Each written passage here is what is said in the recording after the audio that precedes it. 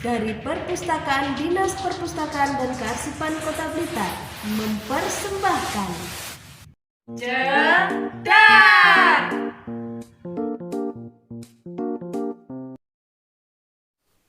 Assalamualaikum warahmatullahi wabarakatuh.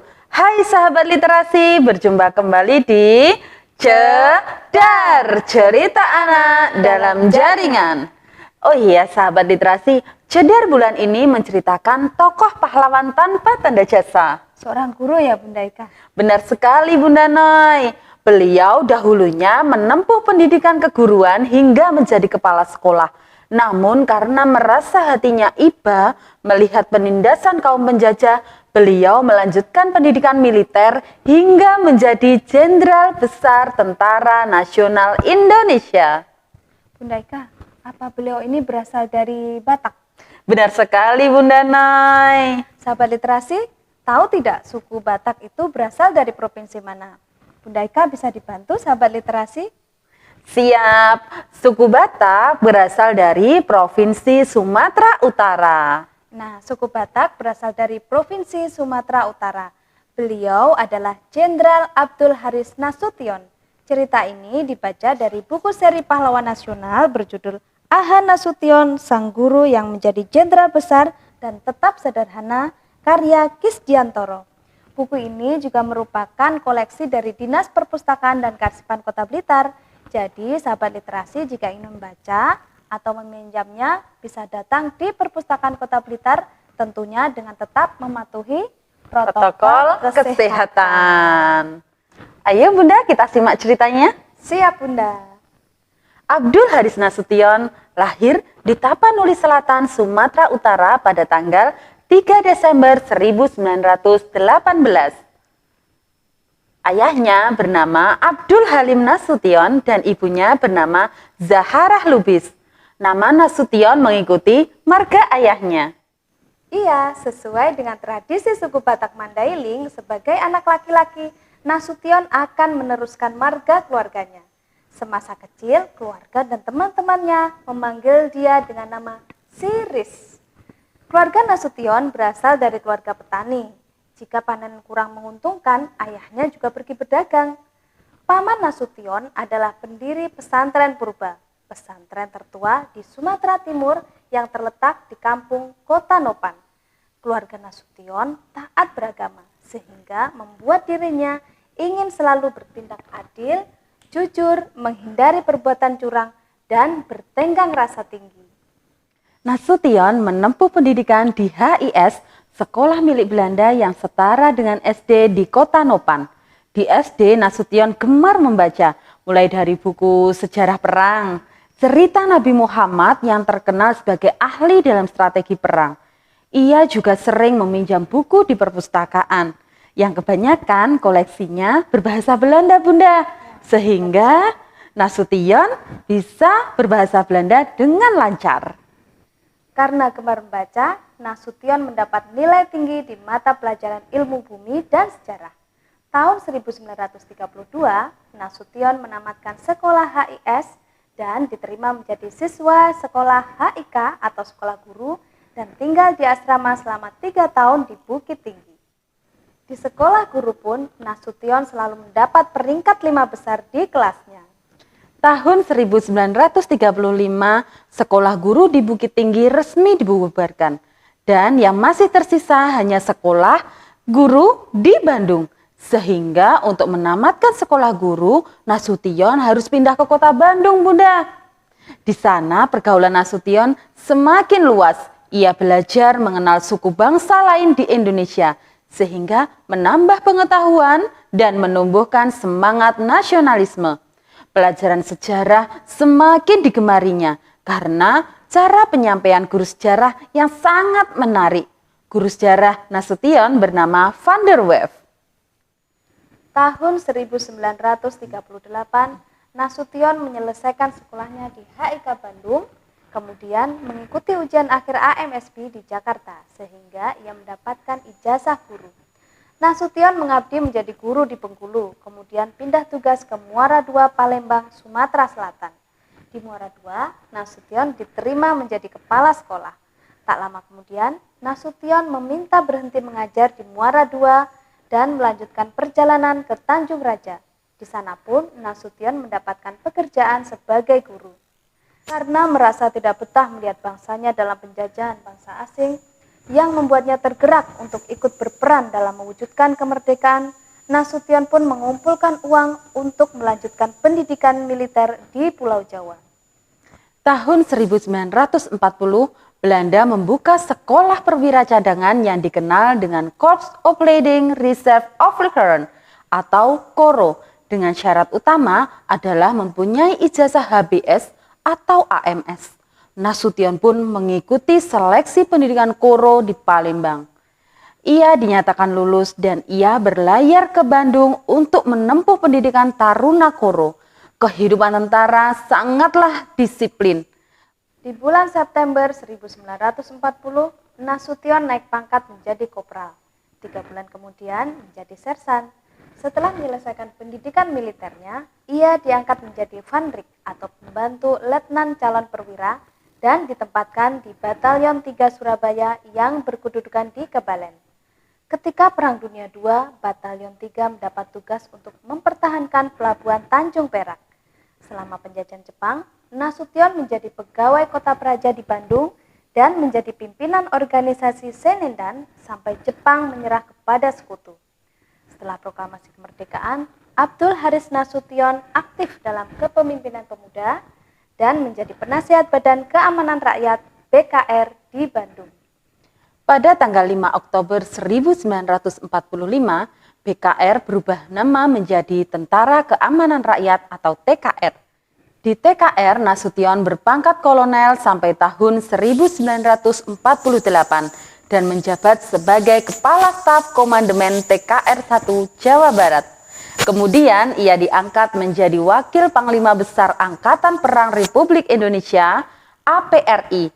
Pangkatnya dinaikkan menjadi Jenderal Mayor dan menjabat sebagai Panglima Divisi 3 TKR Priangan, yang kemudian menjadi Divisi 1 Siliwangi.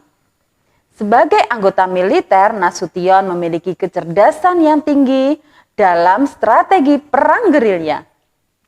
Strategi perang ini diterapkan ketika Belanda kembali melakukan serangan ke Indonesia yang dikenal dengan peristiwa agresi militer Belanda pertama pada tanggal 21 Juli 1947. Untuk mempertahankan kemerdekaan, dibentuklah kantong-kantong gerilya berupa daerah pertahanan mulai kelurahan atau desa. Agresi militer Belanda I diawali dengan ultimatum yang dilontarkan pimpinan Belanda Van Mook pada 15 Juli 1947. Kalian tentara Indonesia mundur 10 km dari garis demarkasi di wilayah ini. Tidak, kami tidak akan pernah mundur, ucap pemimpin tentara Indonesia. Tentara Belanda yang berjumlah lebih dari 100.000 orang dengan persenjataan yang modern mulai menerobos, menggempur, dan merebut daerah-daerah vital seperti pelabuhan, perkebunan, dan pertambangan di Sumatera, Jawa Tengah, dan Jawa Timur. Di hari ke-9 agresi, pesawat yang membawa obat-obatan sumbangan Palang Merah Malaya dari Singapura ditembak jatuh oleh Belanda.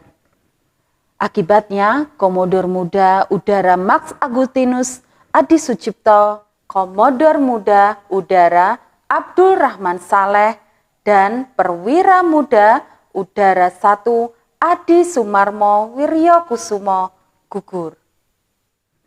Atas serangkaian agresi Belanda ini, pemerintah Republik Indonesia secara resmi mengadukan Belanda ke PBB lantaran telah melanggar perjanjian Linggarjati dan menyebabkan jatuhnya korban jiwa. Atas permintaan India dan Australia pada tanggal 31 Juli 1947, Dewan Keamanan PBB mengeluarkan resolusi nomor 27 tanggal 1 Agustus 1947 yang berisi seruan agar konflik bersenjata dihentikan. Dewan Keamanan PBB secara de facto mengakui eksistensi Republik Indonesia. Selama itu pula, TNI dan rakyat terus-menerus melakukan perlawanan kepada Belanda dengan strategi perang gerilya. Setelah agresi militer Belanda I, terjadi pemberontakan di Madiun tanggal 18 September 1948. Sebagai Kepala Staf Organisasi dan Panglima Siliwangi, Nasution menyiapkan rencana operasi dengan memerintahkan brigade-brigadenya untuk bergerak ke arah Solo dan Semarang, serta melakukan serangan ke Madiun dari arah barat. Akhirnya, pemberontakan di Madiun bisa ditumpas. Tak lama setelah pemberontakan di Madiun, Belanda kembali melakukan agresi militer kedua pada tanggal 19 Desember 1948 dan berhasil merebut ibu kota Republik Indonesia, Yogyakarta. Setelah diketahui dengan jelas bahwa musuh telah menguasai Maguwo, Nasution memerintahkan kepada seluruh rombongan menuju arah utara ke lereng Gunung Merapi. Dari sana dimulailah perjalanan gerilya ke beberapa tempat lainnya. Selama menduduki jabatannya, Nasution menyusun hampir semua instruksi dan perintah kepada para komandan divisi dan brigade. Dengan jatuhnya ibu kota Yogyakarta, maka pemerintahan darurat dan pemerintahan pengasingan didirikan di Bukit Tinggi. Hubungan dengan pemerintahan darurat Republik Indonesia atau PDRI dan wakil-wakil Republik Indonesia di India dilakukan melalui Radio Republik Indonesia. Melalui hubungan ini, pemerintah Belanda tidak mampu menghapuskan keberadaan negara Republik Indonesia dengan TNI-nya yang tetap berdiri meskipun dalam ancaman agresi militer Belanda. Setelah pengakuan kedaulatan Republik Indonesia pada tanggal 27 Desember 1949, Nasution diangkat sebagai Kepala Staf Angkatan Darat II, dijabat pada tahun 1949 hingga 1952. Saat menjabat Kasat II, beliau memprakarsai penyelesaian pemberontakan daerah yang tergabung dalam PRRI di Sumatera dan Permesta Sulawesi dengan ajakan kembali ke pangkuan Republik Indonesia, sehingga pemberontakan di daerah Sumatera dan Sulawesi dapat diredakan. Tahun 1955, Jenderal Nasution diangkat lagi sebagai Kasat 6 sampai tahun 1962. Selaku Kasat, beliau ditunjuk oleh Presiden Soekarno sebagai Ketua FNPIB, Front Nasional Pembebasan Irian Barat. Beliau sangat berjasa dalam pengembalian Irian Barat ke pangkuan Republik Indonesia, mulai dari menginstruksikan operasi militer, operasi infiltrasi, dan operasi diplomasi. Jenderal Nasution memimpin operasi diplomasi kepada negara kawan Indonesia dan negara kawan Belanda. Beliau berhasil memberikan pengertian tentang pentingnya Irian Barat bagi Indonesia. Setelah berhasil mengembalikan Irian Barat, Jenderal Nasution diangkat menjadi Menhankam atau Kasat, Kepala Staf Angkatan Bersenjata yang dijabatnya tahun 1963 hingga 1966.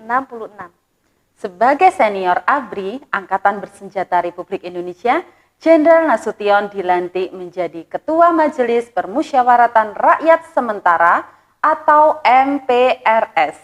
Jenderal Nasution pensiun dari Dinas Aktif TNI Angkatan Darat pada tahun 1972 dalam usia 53 tahun.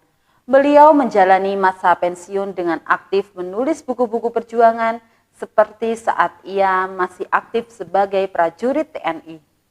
Buku-bukunya yang terkenal antara lain Pokok-Pokok Gerilya, Tentara Nasional Indonesia, Sekitar Perang Kemerdekaan, dan Memenuhi Panggilan Tugas. Jasanya yang besar kepada bangsa Indonesia baik dalam pemikirannya di bidang militer maupun pemerintahan, pemerintah menganugerahi pangkat kehormatan Jenderal Besar TNI dan Jenderal Bintang 5 yang dituangkan dalam Keputusan Presiden nomor 46/ABRI/1997 tanggal 30 September 1997. Setelah 3 tahun penganugerahan sebagai Jenderal Besar TNI, Pak Nasution wafat di Jakarta tanggal 6 September tahun 2000 berdasar surat keputusan Presiden nomor 73/TK/tahun 2002 tanggal 6 November 2002 Jenderal Abdul Haris Nasution dianugerahi gelar Pahlawan Nasional. Sahabat literasi, menarik kan kisah perjalanan Jenderal Abdul Haris Nasution tadi? Mulai beliau menjadi guru hingga menjadi jenderal besar. Ada banyak sikap yang bisa diteladani dari cerita Nasution tadi. Antara lain, gemar membaca, jujur, adil, soleh, cinta tanah air, dan pantang menyerah.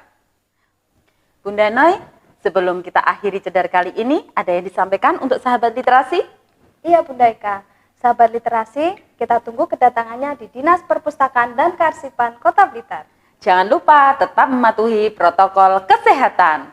Sekian dulu ya sahabat literasi, sampai jumpa di cedar berikutnya. Salam literasi. Wassalamualaikum warahmatullahi wabarakatuh.